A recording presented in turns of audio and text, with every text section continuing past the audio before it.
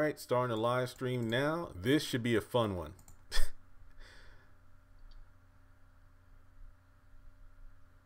Trying to figure out what I want to eat for dinner tonight. Well, if you're smart like me and have kids to feed, you just order takeout. Yeah, I mean, there's KFC and there's restaurants right up the street. I might go through a drive-through after this live stream because I put together a bookshelf. I'll probably move that in place and put the books on it tonight. And I'm just excited because, number one, I got all those videos out of the way. Like, all of those are done. So any video I do now is simply live stream, meaning I don't need to edit. All I got to do is just talk, listen, and that's about it. I'll probably add this finite details like the tagging and hashtags and whatnot tomorrow. But other than that, I'm just happy that it's pretty simple. Let me check the live stream real quick. We got a couple people watching. All right. And for those who are tuning in, hey, Yvonne, Jalen, Zeno. Zeno, awesome. Dragon Ball Super. I'm watching that episode within the next couple hours too. So, yeah, that's going to be exciting. But, yeah, this should be a fun one. Now, keep in mind, I think I named the title, Let's Talk Bad Acting. We are talking about everything. Shows that are on the air, shows that aren't on the air. I'm talking Meet the Browns, House of Pain, Love Thy Neighbor, For Better or Worse, If Loving You Is Wrong, The Pains, The Haves and the Have-Nots. There is no limit. We're just having an open discussion about shows that have subpar acting, delivery, and overall, why did Tyler put these people in these roles? So it looks like we have several people. Okay, Dante, how's it going? Hi, Lauren. And if everybody can just send me a quick chat, are you able to hear myself and Candace on the air? If you can't hear us both, let me know. Hello, can you hear me?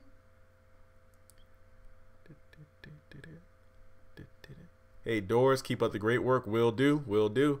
Darlene, hello. Looks like we got some new people. Yeah, I know, right? They must have called on at the last minute on the last live stream. Yeah, Dominique says yes. Okay, can two more people let us know you can hear us both? Just two more people. Mm-mm.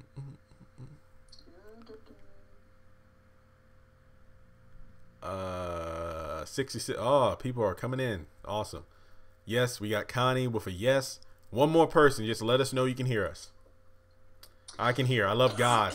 I love God. That's enough for me. All right. So to get this conversation started, first off, as a disclaimer, because I feel like we need one. This is in no way, shape, or form condemning the people who play on the show. First of all, I would be honored to even be on a Tyler Perry production, let alone in front of a camera. Let's just put it that way. But I feel like even though these shows are lovable and they all are great in their own respect, there are some actors and actresses who are a bit meh. Not to mention the delivery of the lines are a bit subpar. So since you're the guest, I'll let you start off. And again, this is just free range. This is any show, any character, anything. If you could, what's the first character or show that comes to mind when you think, that could have been scripted better? Well, I think it would have been too close to home if it were still on. That would be probably, as far as acting and scripting goes, that would be maybe the worst. And then If Loving You Is Wrong was probably right after that one. Yeah, because look, I got to be careful because I got trolled earlier for talking about the DA's acting on one of your videos. So I saw that comment. I saw you like. I'm gonna be attacked again. Yeah, I did kind of. Yeah, I probably shouldn't have responded at all. But yeah, my thing is when it comes to for the most part I don't respond unless I'm in the mood for a snarky remark. It's just like, hey, even though you hate my video and say you don't want to subscribe anymore, thank you for the views. It helps me out. But, I mean, what are you going to do? I mean, I just think about, again, this video is not a hate video whatsoever. Everybody listening, we all have our biases and whatnot. It's just that in some cases you have to admit that a certain direction a character says and does something, I don't know. Like Quita, I don't hate Quita. I remember when she first was introduced, Twitter and my videos were blowing up. It's like, I hate her.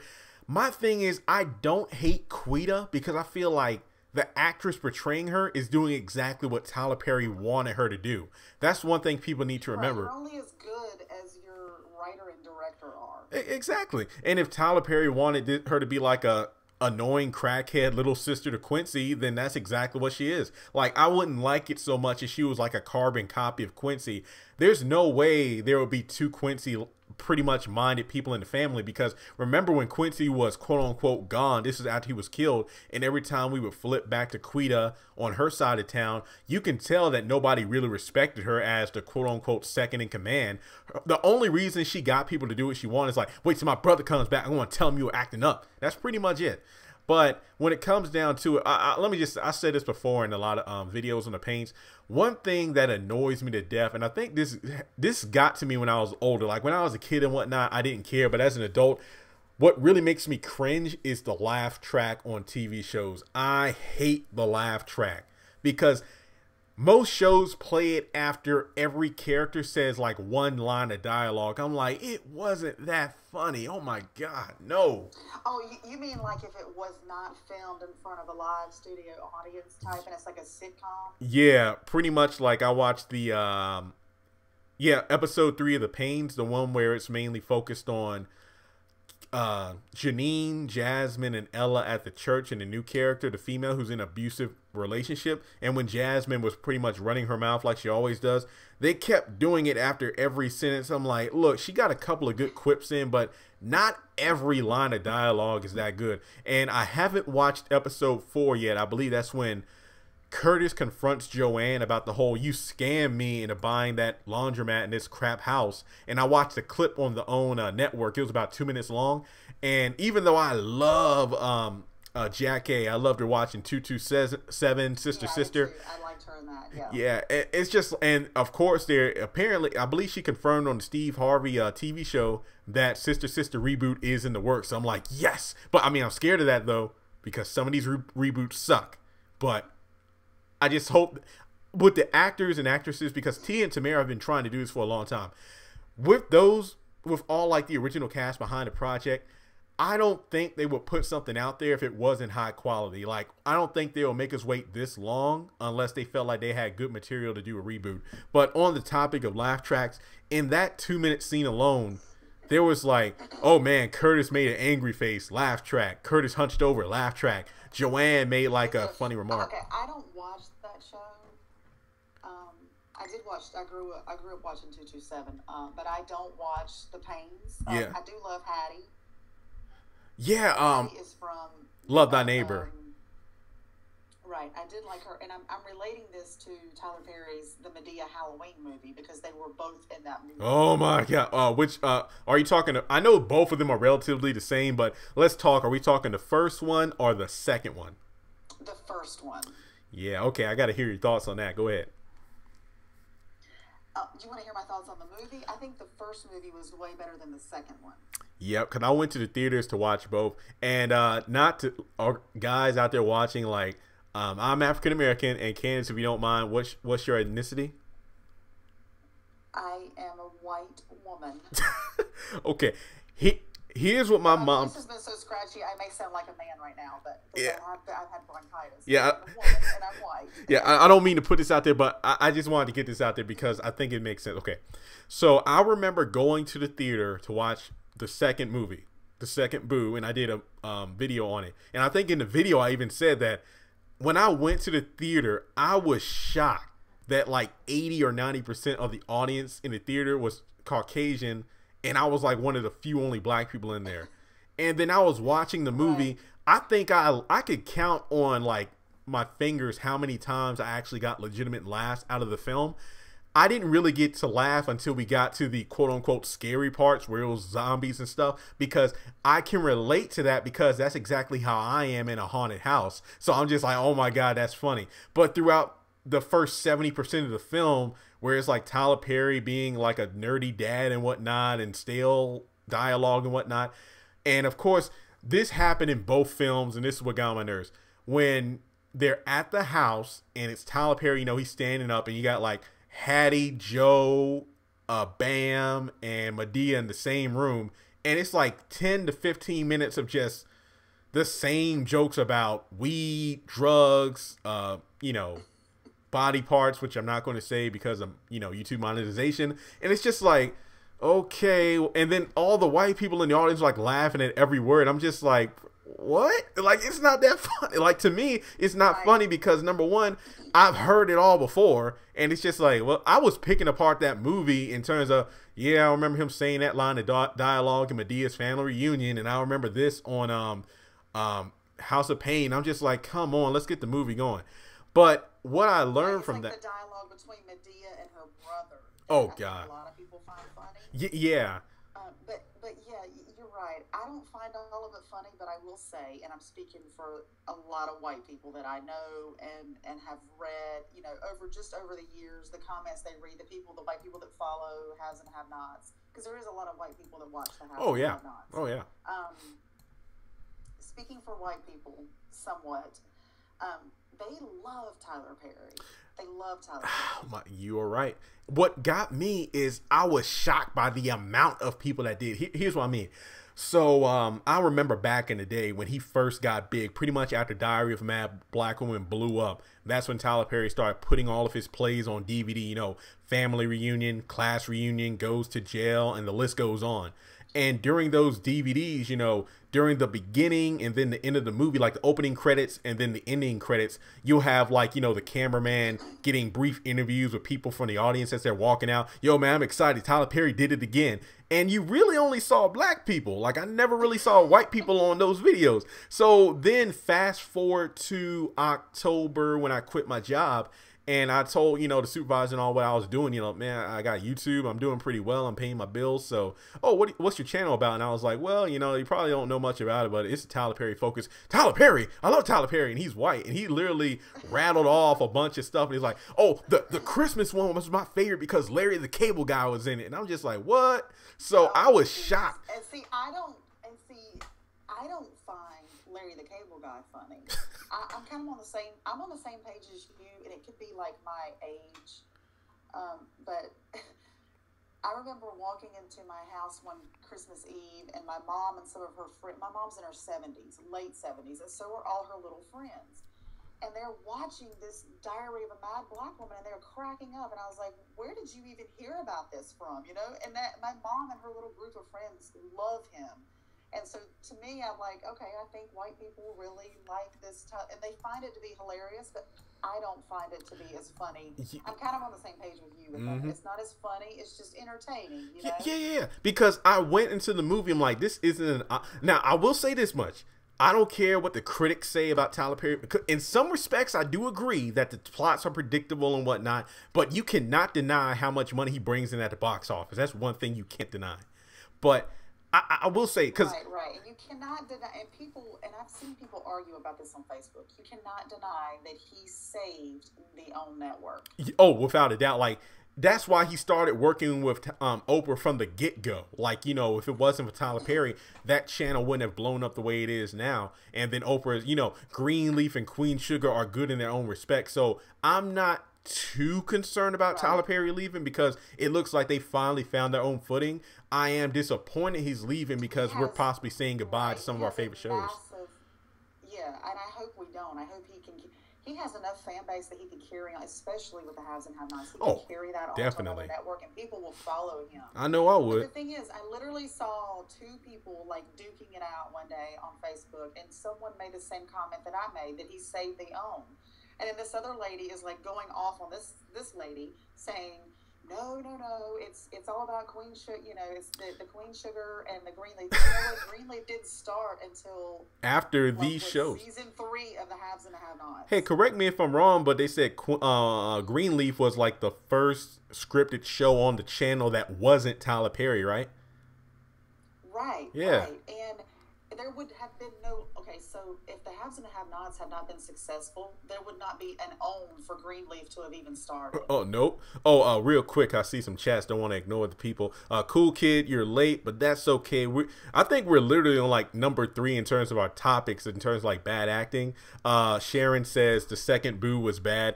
I think it was bad because, again, those movies really aren't about plot so much as the laughs. I think the fact that a lot of the plot in terms of the progression was the exact same thing. That's why the second one I had to like struggle to make it through because I was looking at my phone.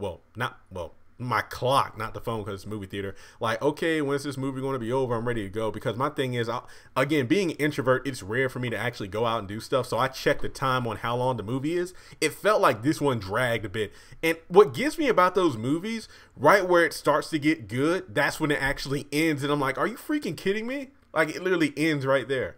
And right. I agree with you there. I was just looking at some of the comments here, and it looks like Micah. I wanted to read that. Yes, we can do a live stream on that. I've actually been working on a video, but here's my biggest thing. I don't think it's going to happen if the shows are really ending in 2020. I don't think it's going to happen. Do I want it to happen? In a way I do, but in a way I don't, mainly due to acting, characters are being underdeveloped, and I'm just like, if fans like us, I'm talking about fans who are truly dedicated to the show and aren't just blinded by, it's a Tyler Perry production, so I'm going to support it regardless. I'm not afraid to call stuff out when I don't like it. I don't think a crossover would be a good idea yet, just because there's just so much that needs to be done. Can you imagine if Veronica was Marcy's lawyer or Kelly's lawyer in like the murder situation in the divorce case? That would be awesome. Right. Or like a crossover within the police departments. Oh, because gosh. Obviously, the police department in Savannah are a bunch of idiots. I mean, we've already established that. And then you've got the police department. But also, and this just popped up, isn't If Loving You Is Wrong based on a town in Ohio? Let me Google that. Let's see. I think it is. And then obviously, you know, Haves and Have-Nots is in Savannah. Yeah, Savannah. If Loving You Is Wrong, blah, blah, blah, blah.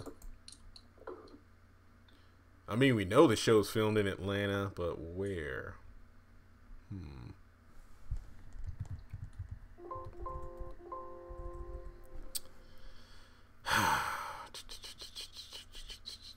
I don't know that they've ever said the name of their town. Maybe I missed that episode, but I thought all the license plates on the cars said Ohio. Yeah. Dang, that's weird. Wait a minute.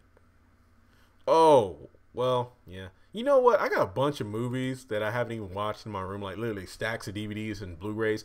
I have yet to see Single Moms Club, and that's loosely what this show is based off of. Maybe I should watch that. It'll give me a better understanding of the show. Maybe. We'll see. I liked that movie. I enjoyed it. Okay, I'll put down my to-do list. Funny, but it had its moments. I liked it because it had a good plot about really how it is when women are single, raising kids, dealing with ex-husbands and things like that. And Tyler makes those shows because that's who he targets. He mainly targets women. Yep, and I mean all ages and races. Yep, women. And that's the thing. I'm looking at statistics of the channel because we just crossed 17,000 subscribers. 73% of the audience on this channel is female, so that makes sense. And here's what moms, and again, African American here. My mom said this, and it blew my mind because I didn't even think about it.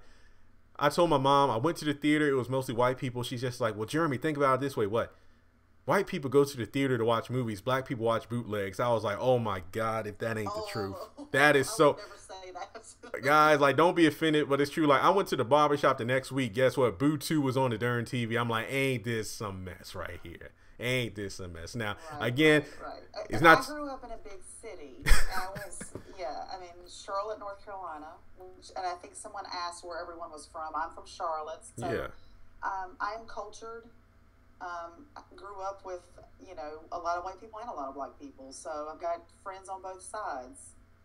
Yeah. I So mean, sometimes I can speak for both. Yeah. I mean, most of my friends are from different. I think that most of my friend group is white. Then I went to Liberty University. That's like a melting pot for ethnicity. So I know people from around the world. It's just amazing. Cool kid. I don't like boot movies. Me neither. Quality sucks. But let's see here. Okay. Now, just want to think because we talked about the acting. Okay. Laugh tracks. Already did that. Now, I've said this plenty of times before, even before The Pains. I do see the comment, Medea funeral movie. I will do a video on that. I just want more information to be released first. Then I'll do a video on it. When it comes to shows like The Pains, Meet the Browns, Love Thy Neighbor, I don't look at those shows to be in the same level of quality as a drama like The Haves and the Have-Nots. it's just like I remember talking with my mom. I remember like the first season or so of Love Thy Neighbor. I actually loved the show, but then it got to the point where it just got like quality wise, it seemed to go down. I'm guessing because that's around the time that he started doing Too Close to Home and doing more movies and whatnot. And I get when it's supposed to be funny, but it's a difference between funny and then people just overacting for the sake of overacting. I think Danny and what's his name, Jonathan Chase. I know the actor's name, but I cannot think. Sam. Like and Yes. yeah, it's like they overact, and I'm like in the first couple episodes, I get it because you're trying to establish characters, but then it gets to the point where people don't really act like this. Because again, I was in college, I did communications as my undergraduate major, so I was in a lot of public speaking classes. One thing you notice is filler words like some. I think there were only two people. Oh my god! During the speech, they actually did that for like 15 seconds. One guy went, yes, and that's why this business went under. And I'm just like, do you not hear yourself doing that? And then when you look at some of these characters overact. In public speaking, you never say Now, I know that sometimes in order to get your thoughts together, It you happens, can say but so, yeah. word so to carry on over into the next topic. Is like a Because I've done public speaking too. yeah. Is like Q&A kind of stuff, when somebody asks you a question, when it's just like, again, in this setting, a live stream, it's like, I'll think because sometimes somebody will chat me a question. I'm just like, because I never thought of it before. And when it comes, see exactly what I just did right there. But like in the call center, you really don't want to use those kind of words because you're helping students get signed up for classes and talking about money. So you never want to sound unsure about something. But when it looks like these characters are like being written in a situation where they're being too goofy, I don't care about that. Let's see here. Okay, so I'm looking at the pictures on the screen. I feel like Kelly is the one who gets the most hate out of all the shows right now. Every week, everybody's like thrashing her character.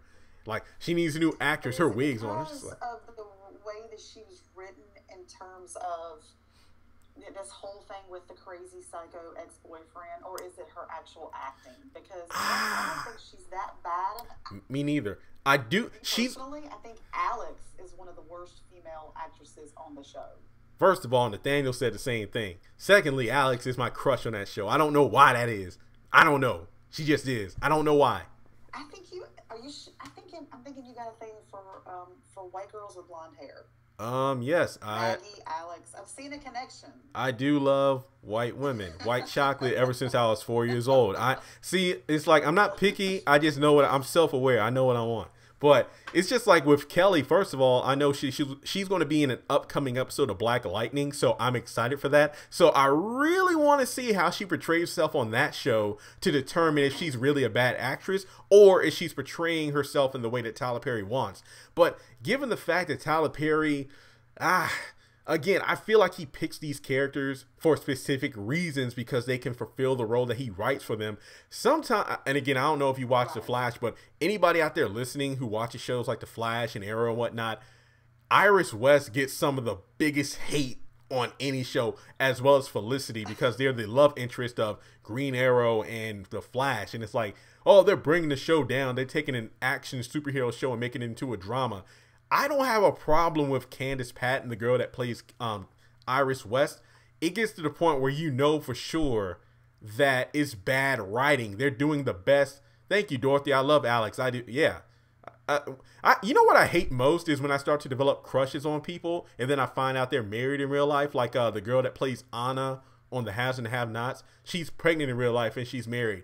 Alex, she got married 2 years ago, I think. Who else? Yeah, Alex is married to another actor guy. Yeah, and he's white. I'm like, dang it. I'm like, when I saw her with Randall in the first episode, I'm like, oh, she likes chocolate, huh? Oh, wait. No. Oh, never mind. Tyler Perry, he's selling false hope for brothers like me. There's something, I don't like her character on the show, so maybe she is a bit, she did a movie recently. It was like one of those, crap, I know what you're talking about. You may like it. It was like this mobster movie. Yeah, I actually looked her up this week. Hang on, I'm pulling up Wikipedia right now. But she did the movie with her husband, okay? So I watched it online one night when I couldn't sleep, and it was actually a really good movie, and she did great in it. I think it's just the material that she's been given on If Loving You Is Wrong makes her appear to be a bad actor. Well, yeah, because her and Brad been arguing about the same darn thing for the past 3 episodes. Did you go over there to see Randall? I didn't go. Why don't you believe me? I'm just like, who cares? Oh, see, I done knocked over my microphone. I'm all pissed off just thinking about it. It's just like, come on. That goes with Tyler. It's like if he spreads himself so thin. If he would just focus on, and I'm partisan. If he would just focus on the haves and the have-nots, then these other shows wouldn't have been so bad. And I'm not saying bad. People watch them, but they're not as good as the haves and the have-nots. Yeah, a lot of these shows, they really were good or close to the best that they could be during season 1.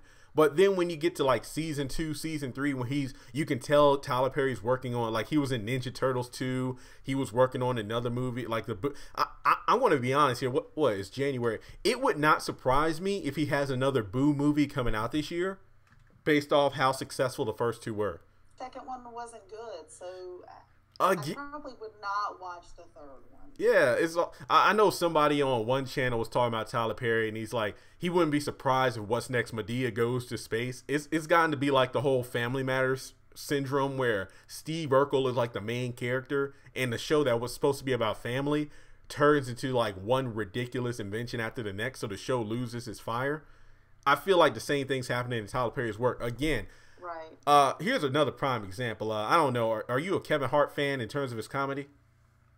Yes, I love Kevin Hart. Okay, have you watched his latest special? But a lot of it's repetitive.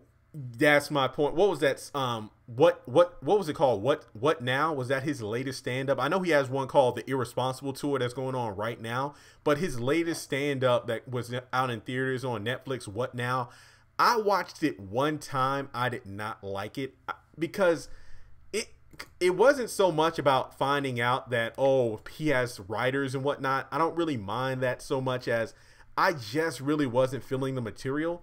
So that's his latest stand-up. And again, just like Tyler Perry, Kevin Hart, like I follow him on Instagram, I cannot knock Kevin Hart on the work ethic. He's one of the most hard-working men in Hollywood, or people in Hollywood right now. I do not fault him on that. Congrats on his success. You know, not talking about that whole, talking about the whole cheating thing, nothing like that. We're talking purely about work ethic. But when it comes down to the quality of his stand-up, it's really gone down, in my opinion, based off What Now. I can't wait to see Irresponsible, to see if that's going to be better, but I feel the same way about Tyler Perry the way I do about Kevin Hart. Looking ahead at his earlier stand-ups, like, I am in tears whenever I watch I'm a Grown Little Man, seriously funny, laughing my pain. Let Me Explain was good. Yes. I feel like those, you can tell when a comedy is good when you're still quoting it. Like, you know what? All right. You're going to learn today. Or when he's cussing at his teacher for the first time. Or when he's talking about, don't act like I'm crazy. Just all those little nuances. They're great. Then you look at his later work and it's not really that good. Same thing with his movies. To me, Ride Along was funny. I love Ride Along. I went to theaters to see it like 6 times. Ride Along 2, I've only watched that twice. What's the other one? Central Intelligence is actually pretty good, but it got to the point where, I like those too. Yeah, but like you said, it got to the point where you can tell it's just kind of repetitive in the comedy. So the same thing with Tyler Perry. That's why I didn't care for Boo 2, because a lot of the jokes, especially when it's just Hattie, Bam, Madea and Joe together, it's like Hattie not being able to talk properly. It's like they're good on their own shows, but when you have them all in one bunch, it's like the scenes can drag on. That's my point there with the acting. That's the work. That's when you can tell it's bad acting, when you're just like, can we please get on to the next scene? Sharon, is Veronica married in real life? Yes, Veronica is married in real life. I forgot her husband's name, but she is married. Scott, I think is his name. Yeah. Because they're really in love. I just love following these people on social media, because when you're so engrossed in the show, you forget that these are real people outside of the camera. So that's pretty cool. Right. And Catherine, Hannah, and Veronica are really tight in real life. Oh, they travel together. They do all kinds of things together. Oh yeah, because I know like Hannah was in, I don't know if it was Broadway, but I know it was like a stage show or whatever, and everybody was out to see her. Like even Amanda, after she was killed off, you know, she does ballet. So I know she had like a show or whatever, and like Jim showed up. That was pretty cool. I just love seeing that. You know, I feel like that's one of the best things that can come from working with Tyler Perry. It's just the family unit on the TV shows, because to my knowledge, I don't think I've ever seen like a actor or actress from one of his productions come out and say like, this was the worst time of my life. If anything, people from some of his early work are still in contact with him, are still in contact with people from their respective shows. And I think it's really cool, you know, to see like everybody on like press tours, and it's like, oh my God, Randall standing beside Candace and whatnot. I think those are, again, I'm just looking into it because I'm really hyped for it. I just love those little hints of, man, make a crossover happen. It's like I said about one of my videos today, like, is it possible for like Hattie, Mr. Brown, Floyd, Madea to show up on the Paynes? I think it's possible because technically speaking, it's been established that those characters are in the same universe. Right, right. And if he had made If Loving You Is Wrong be in Savannah as well, if he had written it as if like just two different communities, it probably would have been so much easier to do a crossover, because, you know, stage-wise, they're all the houses are all in the same street. Exactly. I know, right? It's just like the shows like The Flash and Arrow, you know, you got the cities, so it's not uncommon for one of them or more to go from one city to the next. And that's what really helps views, like in terms of, oh, if you're not a fan of If Loving You Is Wrong, I bet you'll watch it if David showed up on that show or something along those lines. And it's just interesting to see how that will work out. But that's, again, my biggest fear, because since the shows are most likely they're coming to an end on the OWN network. Let's just say it that way. The shows are ending on that channel. But they would be just as successful on, say, the BET network. It would give me a reason to watch BET again. Yes, it would give me a reason to watch BET. Right, right. And he may even get more fan base, because I know that as far as Cablevision goes, OWN being on cable, I know a lot of people don't have. You took the words out of my mouth. I was about to say that, because channels like BET and whatnot are always included in the packages, meaning it will be a lot easier. Like, I have Xfinity Comcast, but I never watch the television or cable part of it because none of the channels I want are in the basic package. But you're absolutely right. I feel like live views would shoot through the roof if the shows were on a channel that everybody has access to. Right, right. And, you know, Haves and Have-Nots is so good. At least it started out really, really good. It could have made it on even back then on a bigger network. Yep, it was just about the contract on OWN. I'm just thinking about how much he could have made on another channel. And it just goes to show that it really would help if he had a strong team. Like, I get it. Like, I'm doing this channel by myself. Yes, I agree that maybe if I had a couple people behind me, it would be easier to promote instead of me doing everything. But at the same time, I understand that a team would actually help, because in terms of quality, in terms of consistency in the writing, that's one of the biggest flaws I hate about the show, when it's inconsistent on the characters acting a certain way. If certain plots are like one and done, they're just brought up and then never brought up again. And it's just a shame, because this show is the flagship. Like, House of Pain was the show that made Tyler Perry a staple in terms of network television, but the Haves and the Have-Nots was the one that brought it to an entirely new level. Like, used to be number one every Tuesday night.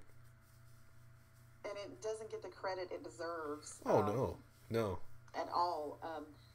But, I mean, there are a few actors on the show that I don't think are all that great. Name a few. But as a whole, name a few. I've never. This is gonna sound crazy. I've never. Well, Jeffrey for one. He annoys me. Not as much now that Justin's around, because now Justin's annoying to me. And his dialogue, I think it was his dialogue, the way it drags, and it takes him forever to get his words out. Yes. I agree. It would drive me nuts, especially with Veronica. Like, you know, like, just an example, like, at the hospital that night, Veronica is trying to shut him up, and he's trying to tell Catherine what happened to, or Catherine's trying to tell him what happened to Quincy, and then she wants to know what happened to Melissa, and it takes him forever to get his dialogue out. He stutters. Yeah. He leaves so many things unsaid. I think leaving things unsaid is part of Tyler Perry's, that's his persona, that's his thing. It's just, Jeffrey, God. Come on, dude. That's why I keep saying I love Mitch, because in a lot of ways, you know, like Benny will not tell his mom something, and then Mitch will just come out of nowhere and say what's going on, because I love that about him. It's just like, they're not, he's not waiting 5 episodes or something to be said. He's just going to tell it like it is. And I remember doing a video on that when Jeffrey and Veronica were in the hospital waiting on Melissa, and then Wyatt was there because, you know, Jeffrey had Anna come over there as the counselor, and he went over there to see Wyatt, and Melissa's like, don't you go over there. And he said, like, shut up or go to hell or something like that to Veronica. And I really thought Jeffrey got a real good character boost when Catherine, like, was going off on Anna and Jeffrey, but Jeffrey took control of that situation. It's just like, hey, you know what? Wyatt's in the best possible care. He called himself. Like, the way he took control, because Catherine cry, you know, when she's upset, but Jeffrey took control of the situation. I love that. But then what really sucked was the next episode where Jim was literally jumping down his throat, and he was like, I'm just like, are you kidding me right now? Like, yeah, I just hated that. Just the pausing and it's very irritating. I would say Jeffrey, Benny, Wyatt, and this is my 4th one as far as bad acting goes, Candace. Yeah. And people would never agree with me. I don't think she's that great of an actress. In terms of this character, I agree. I have seen her on other TV shows and whatnot, but I just feel like I think she's a pretty good actress. I just don't, again, it goes back to the material. I think it's because, like Kevin Hart or Cat Williams, we've seen and heard too much of the same jokes, or in this case, Candace's character. I'm ready for something else. Give me something that will show me some more range from her character, you know? Like, yeah. Potential, like character development. Yeah, at least with Veronica, yes, I'm sick of her. She's like Eddie on If Loving You Is Wrong. She hasn't had any solid comeuppance. It's like right where you think she's about to get her right where Eddie, you think he's about to be in jail or whatever, something happens and he instantly slips out and goes back to doing what he does. Veronica, I will admit, she does keep it fresh in the sense that even though it is a bit unbelievable how she has all these connections and plots and whatnot, at least it's something new each time. Whereas Candace is just like, I almost get killed, I lose somebody close to me, I lose all my money. You know what? I'm going to go out and hoe again, but on a bigger extreme, and then act stupid. That's why I've gotten tired of her character. It's her arrogance. Yeah, I think she's... And I've also heard this before. If a character can make you feel an emotion, that means they're a good actor or actress. Yeah. And I think at some point in time, I think they're all decent or good, because at some point in time, I've either gotten sad at something. You care about them, yeah. Really mad at one of them, you know. And I'm always mad at Candace and Jim. I think Veronica's a good actress. She's entertaining. She's one of those entertaining villains. Whereas Jim and Candace are stale and the same thing, no character development, and it's just annoying with them, you know? Yeah, I agree. And it's just like, I didn't know she was on Broadway and whatnot in The Color Purple, so I listened to her sing. I'm just like, oh my God, please do a musical crossover. Do that. I want to see that. I mean, it would be great, yeah, right. Because they could write that into the show like David talking about. It's like, you know, back in the day when you were a loving wife and mother, like you would sometimes sing and just light up the house. That would be perfect. Just do it, Tyler Perry. Right. But I agree with you. I'm like you. My favorite characters, I do like David. I don't like David when he's doing something sketchy with Jim. Yeah. Catherine's I like Catherine and Veronica are probably my favorite characters. But I like. I guess I would have to say that I love Mitch. I can't stand Justin. I don't like Erica. Trying to think who else. George is like, he's too new of a character for me to actually have a solid opinion. That's why I really try not to talk much about him, because he's still new. I'm trying to see, like, he would really be impressive if he pulls one over on Veronica and them. I will give him points for that, but I feel like it's a bit too early for me to give judgment on him just yet. Right. And Charles is easy on the eyes. He's a secondary character, but I don't understand the whole synopsis for having him there at all. I agree fully on that. President was just such a huge leap in plot. Like, it made no sense. And I'm trying to think. Like Obama Jr. Like he young got that whole idea from Obama being the president. Yeah, like I thought his whole this guy is way younger than Obama. Yeah, it's unbelievable to me. Well, maybe he'll look as old as Obama when he gets out of office. You ever think of that?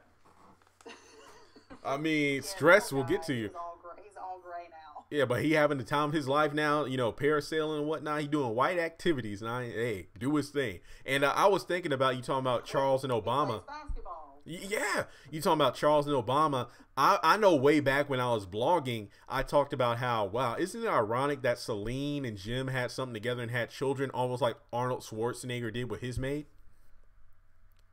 Right. Yeah. Like you see where Tyler got these ideas from. Exactly. Like you said, he needs a writing team. He needs some help to keep these shows going. If he could just have a writing team, he could keep this show going for a long time. I know the actors and actresses wouldn't mind because they'll stay in a solid job. I mean, the thing is, I just love the fact that, like, Jeffrey, he was in a Lifetime movie, and you saw a very different Gavin Houston when he was playing that. And then I remember in an interview with him and Veronica, you found out that, he's not gay in real life. He actually has a daughter. I'm just like, whoa, that's crazy. It blew my mind. It just go, and then it's just weird because Justin's engaged to Candace in real life. So I'm like, how awkward is it to play those scenes? It's just weird, but I don't know. Right. And Jeffrey, I think he's divorced, or I don't know if he's married, but he has a daughter that's like a teenage daughter. I think. Yeah, I know he has a daughter. I just don't know the age. So let's see here. Right. And Wyatt, he's been in some Hallmark movies. He didn't do too bad in them. I mean, he's gotten better. I just wish. That's the thing with Wyatt. He has no character development. No. He needs to change his attitude. Yeah, I just like put him in it. Drug rehabilitation plant if you're not going to do anything with him. Because I'm just sick of the same thing with his character. And I agree. Like, I don't know who was in that 12 Gifts of Christmas. The thing is, I watch those movies with my mom sometimes when I'm at home, so I'm a bit biased on those. Like, they are cheesy, but they're what they are supposed to be. Like, I know in the 12 Gifts of Christmas, he was like a successful businessman. I'm just like, this is the son that Catherine and Jim wanted. Like, he has a freshly shaved face and everything. He's in control of his life and whatnot. But I definitely agree with that. I thought the same thing, and I thought that was a cute movie. And I watch those movies because, yeah, you're right, they're cheesy. Sometimes the acting is bad, but they're good-hearted. They're light.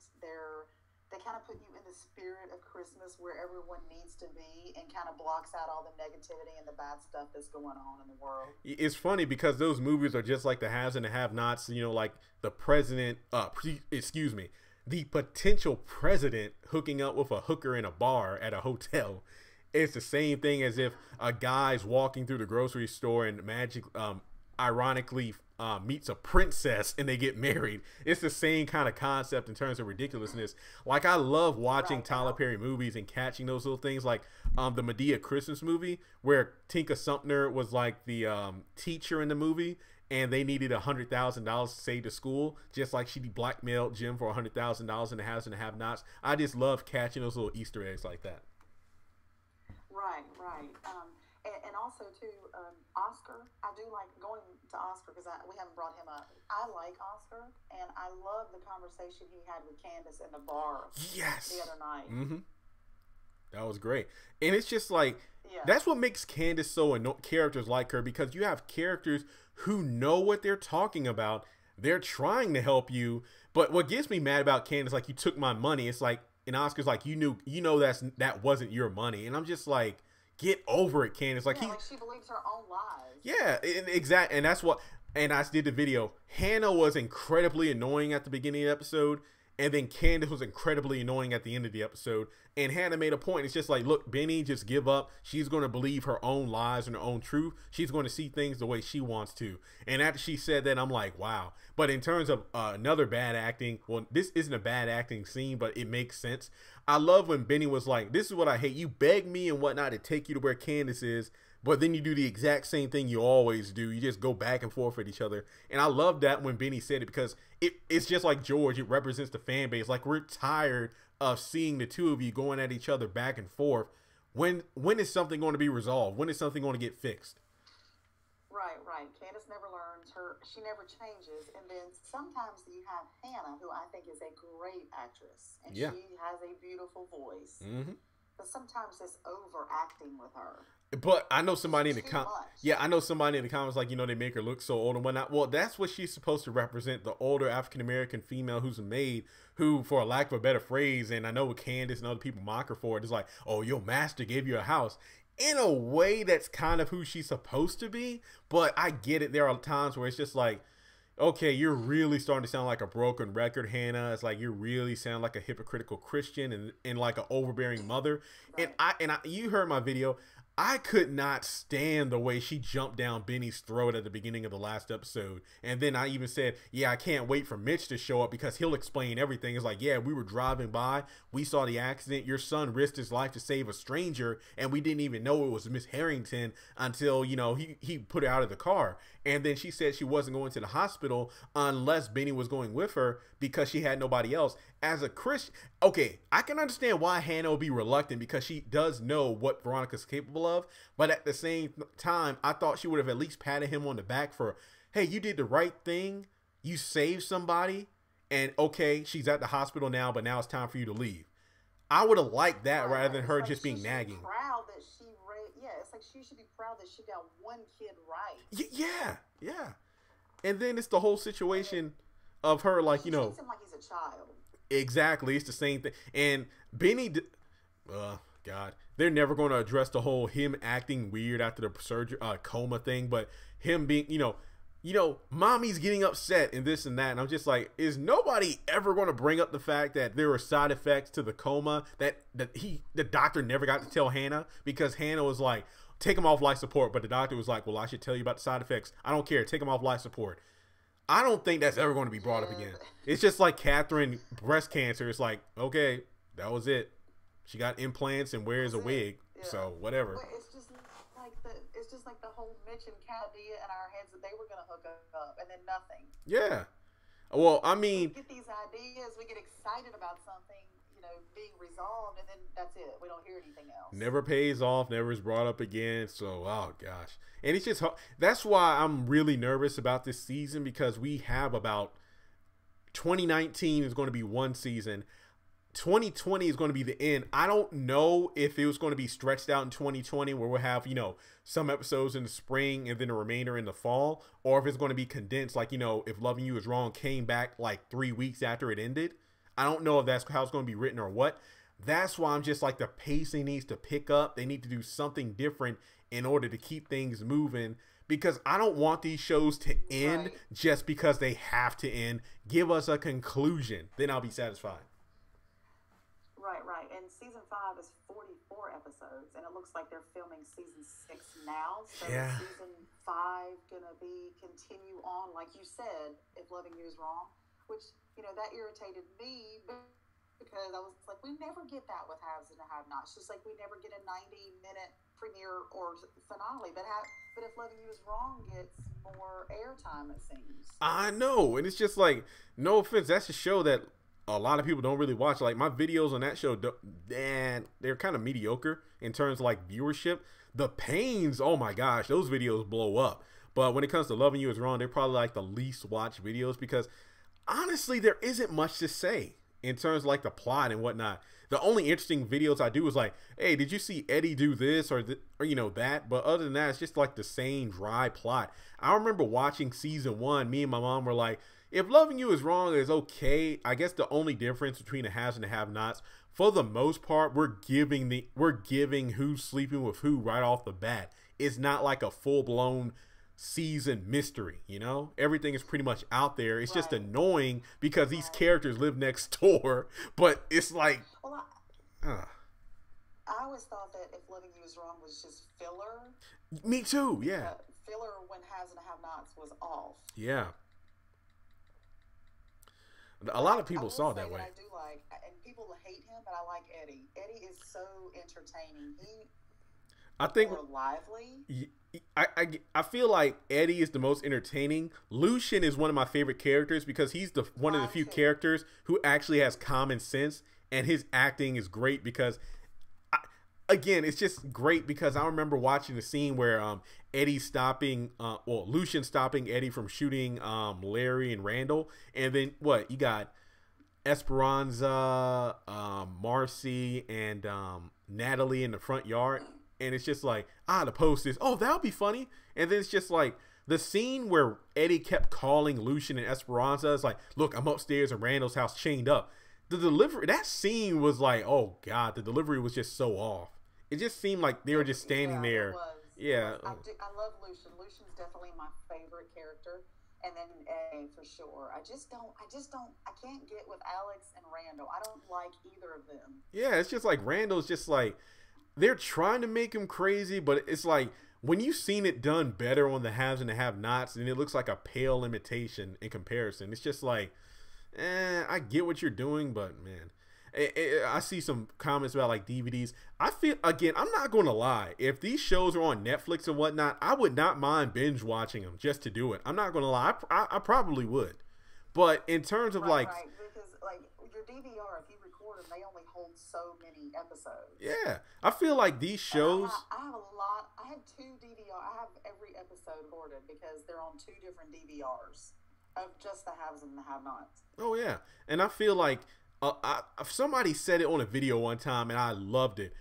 These shows are written to be 5-day-a-week dramas when they're only once a week, and that's the problem. Like, it would be different if it was like Monday through Friday, every day was an episode. It makes sense why it's dragged on. Right, but for once a week, it's inexcusable. Like I noticed that, in the last video, Dominique asked us if we watched The Bold and Beautiful. Yes, if it was written like it's written like The Bold and Beautiful and Young and the Restless and those shows, and that's why the timeline is so messed up. Yeah, it's easy to forget. Right, and you pick up the next day or the same day, but a week later instead of literally the next day like you do on a soap opera. Exactly. I mean, like, that's why you really had to pay attention to these shows when it's day or night, what people are wearing and whatnot.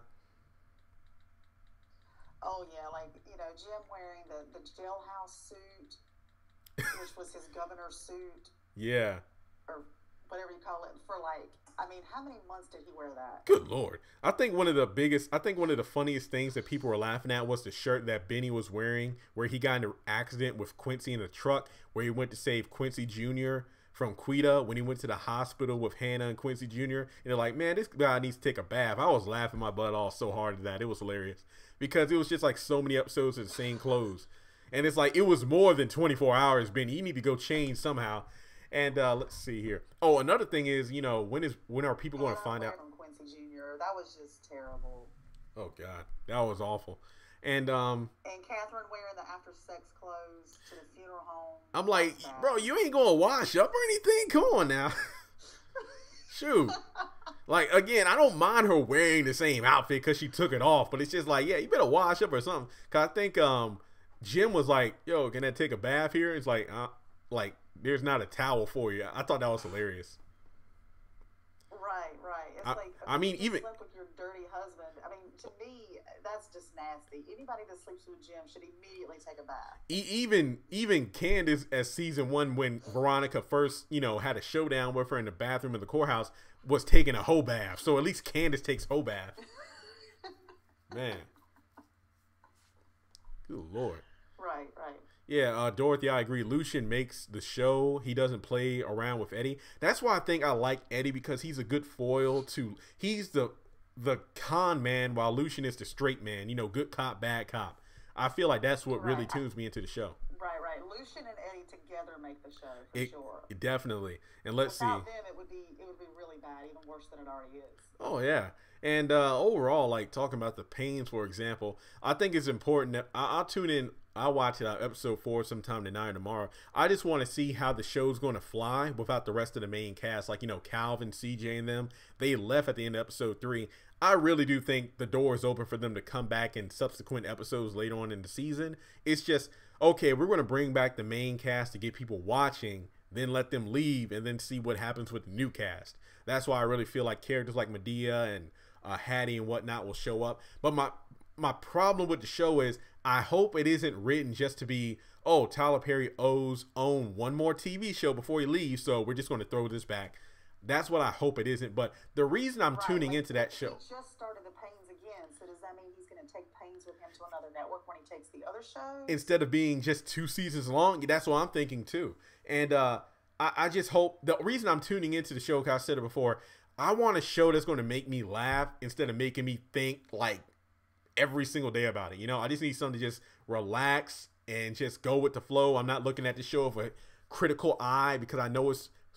That's the one thing about Tyler Perry shows I will give it. They are what they're supposed to be.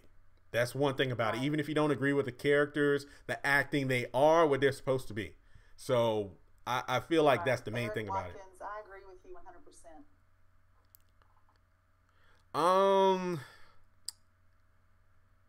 I don't think If Loving You Is Wrong is responsible for the haves and the have-nots decline. I think it's one of the reasons, but I feel like it's because Tyler Perry started spreading himself out in way too many directions that the shows that really gained my attention started to decline in my interest. Like Having the Have-Nots, I'm riding the train because, well, that's what the channel's about. But at the same time, I can't lie and say that there have been seasons or episodes where I'm just like, oh my God, this is awful. And there might be only 10 minutes worth watching. Because remember back in the day, I'm talking like the early seasons where if you missed an episode, it was like missing one day of a math class. You're screwed. Nowadays, you can miss 1 or 2 episodes of the haves and the have-nots, and it feels like you didn't miss anything at all. That's an awful feeling, and it literally made me cringe to even say that statement. Right, and I've noticed like usually they would do like the two earlier episodes before the premiere of the latest episode. Yeah. I noticed they've been throwing If Loving You Is Wrong in there. Like reruns of If Loving You Is Wrong, when now If Loving You Is Wrong has Wednesday nights at the same time by itself. So it's almost like he's trying to get the ratings of If Loving You Is Wrong as high as Haves and the Have-Nots, which is never going to happen because you cannot compare the two shows. It's like he's always shoving that show down our throats, and he needs to be focused more on the haves and the have-nots. Yeah, pretty much If Loving You Is Wrong is almost like the Teen Titans Go of the OWN network, where you can turn to it any time of the day and it's like, wait, why is this show on? Why is there a marathon? Nobody asked for this. right. We asked for a haves and the have-nots marathon all the time. Yeah, I mean, like he can play episodes from season 1, season 3, and I bet it'll get a ton of views. Because if anything, you just want to rewatch those episodes to see if you missed anything or see how different the characters look. And it's just like, wait, where did that character go? And there are just so many things about it. And if you look at if the show, and if the show is on, even if it's a rerun, if you can go to Twitter and hashtag the HAHN. Yeah. It's like basically it's every time, even if it's what is it called when it's like trending? That's trending. Yeah, that's right. I don't know the Twitter terms, but it's like it trends every time it's on, even if it's a rerun. Yeah, I think one of the speaking of Twitter, I think one of the best moves Tyler Perry did with the show was change the hashtag to HAHN instead of the haves and the have-nots. Do you know how hard it was back in the day trying to tweet about the show? Because you only had 140 characters.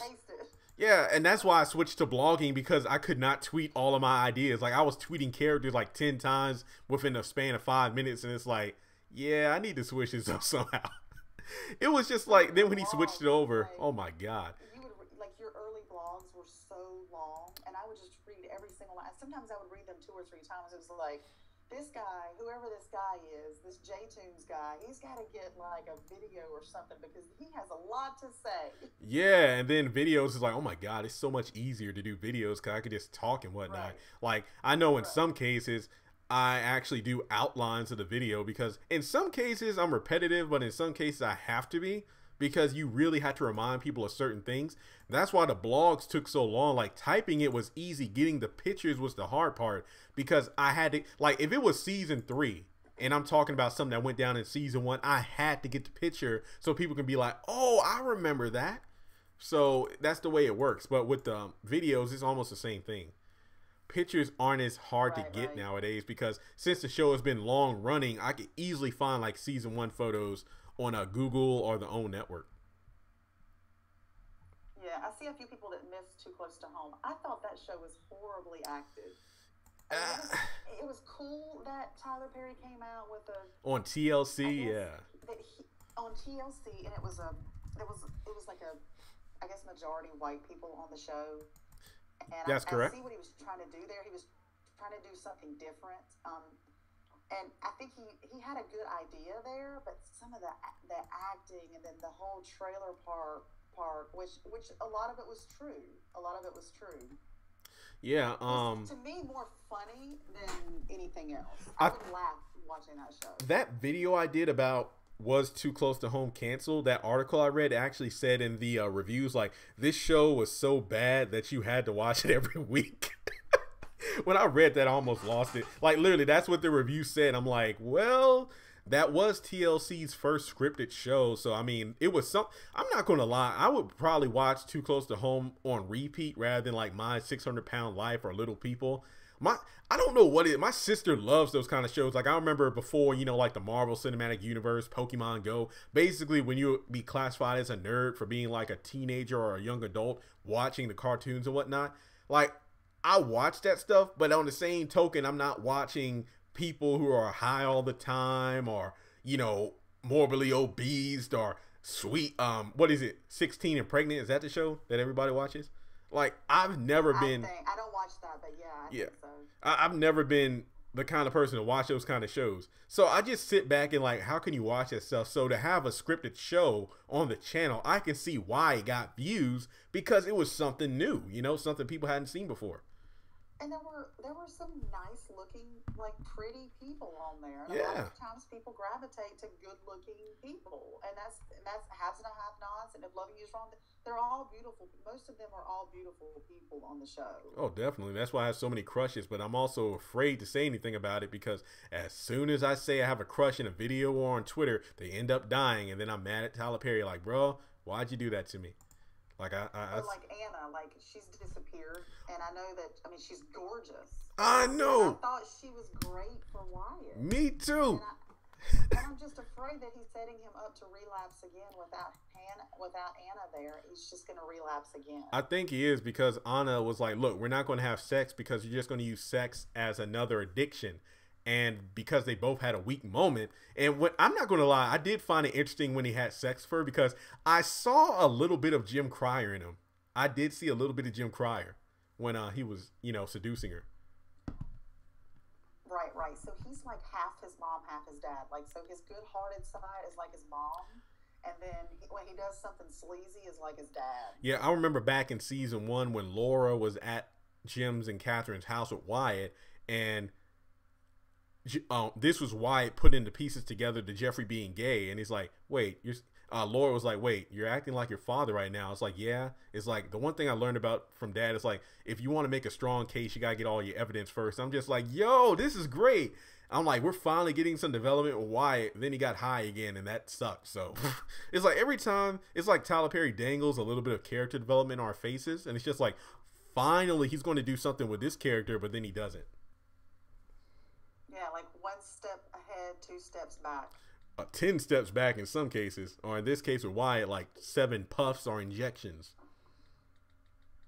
Right. He needs to turn it. I would like to see him possibly become a firefighter. I mean, even though he's rich, he could still be a firefighter because that was his dream. So I would like to see him go in that path. Yeah, I mean, it would be great to see him do something he wants to do. Not to mention, it would be great to see him do something where he's saving other people. That would be pretty interesting. Kind of a redemption to the whole Little Lizzie. And I know it's crazy, but I still say that I still say he didn't hit Little Lizzie. I think it was one of the guys that was trying to rob him that took the car, spun it around, and hit Little Lizzie, got out, and then Wyatt got in it. I know that's a bit far-fetched, but I still think that's the way it went down. And it could have been, she could have been hit by another car. They only had proof. Well, you only saw him hit Benny. So it could have been another person, another car hit the little girl. I want to say it's still Wyatt's car based off DNA, but then again, the car was actually at the tow yard. Did they ever get the car? Wait. Jeffrey's car. Yeah, did they ever move the car? I don't think they did. Did they? I don't remember. No.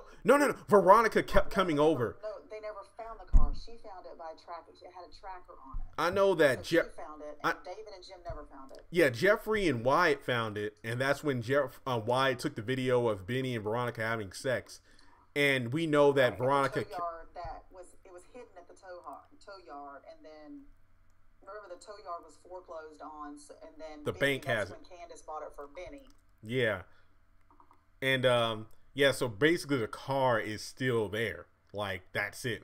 So that car, if we ever get the DNA, we can tell if that was the car that hit Lil Lizzy, the black sedan. I really do think that it was indeed that specific car. I just don't think why it was the driver, and the fact that he was high, it makes sense why the details are still like cloudy, no pun intended, in his mind. But that's my thoughts. But any final thoughts on the acting? Because first of all, I'm just glad that we finally got it so people can hear both of us clearly. The live stream isn't clicking on and off. So I know for sure we're definitely going to be doing some more live streams in the near future. But I need to get something to eat and watch Dragon Ball Super. And that's my plan for the night, because I made this bookcase. So I want to start organizing that. But tomorrow is Sunday. Church in the morning. I don't know if I'm going to church or watch it live stream. Depends on what time I wake up. But if you want to live stream tomorrow, what kind of topic would you want to discuss? I really don't know. Just based on a lot of the comments that I'm reading through now, there's a lot of, I think we should definitely do just a question and answer session.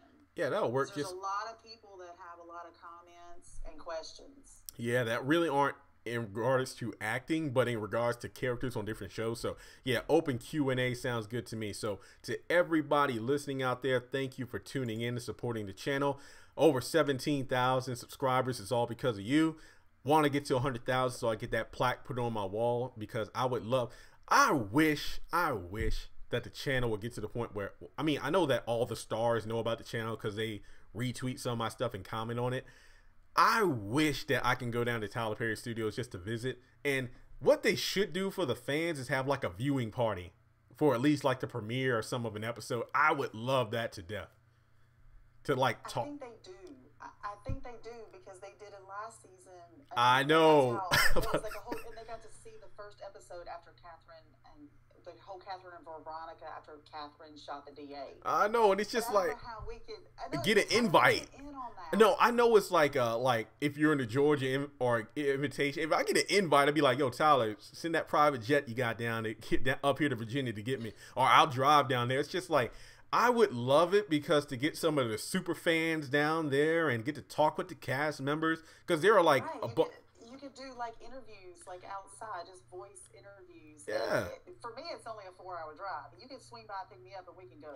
Yeah, exactly. It's just like one of those situations where there are other YouTubers from different shows, I mean, different fandoms, like be it superhero or anime or whatever the case may be. They go to all these conventions and whatnot, and they have interviews with the cast members or voice actors. And it's like, I would love to do that on these kind of shows. But hey, who knows? I mean, it's 2018. There's no telling what will happen between now and then. But in any case, thank you all for tuning in. Hope everybody has a wonderful Saturday night. Be safe and tune in tomorrow, because hey, we'll definitely be live streaming on open Q&A. Oh, no problem at all. And thank you for hanging tight. I'm just so satisfied that there have been no glitches. So hopefully the trend just keeps on going to tomorrow. Awesome. Have a good night. All right, everybody tuning in, we're wrapping up shop on the live stream today. So again, please subscribe to the channel if you haven't done so already. And again, I dropped 10 have and have not videos today, as well as one Black Lightning review video. So check those out, and I'll catch